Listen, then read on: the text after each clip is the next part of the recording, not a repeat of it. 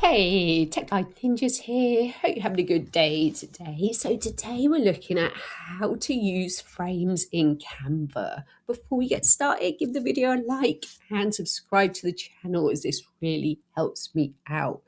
So frames are design elements that act as like containers or placeholders.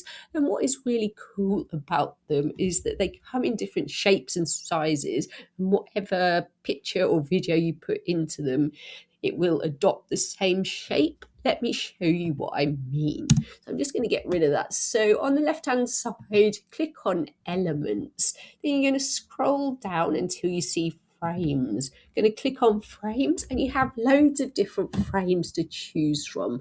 So they're all in different categories. So you've got like basic shapes, film and photo, devices, paper, flowers. You can see there's some really wacky, cool shapes here, different blobs.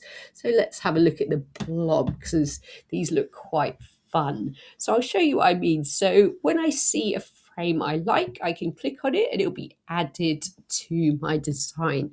So you can click on it and move it around. You can drag it bigger or you can make it smaller. It's totally up to you. So when you've got your frame in the right area, we're going to find a photo and then a video to put into it. So you can upload your own photos and videos or use the free ones that Canva has. So I'm just going to find a photo here and I'm going to add it into the frame. So let me click on that one. So there you go. So it's adopted the shape of the blob, which looks pretty cool. So let me just undo that and let's look for a video. So clicking on videos, got lots of different ones here. So let me try this one so I can drag and drop it onto the Canva. So you can see the video moving, the girl is walking and it's all contained within the frame.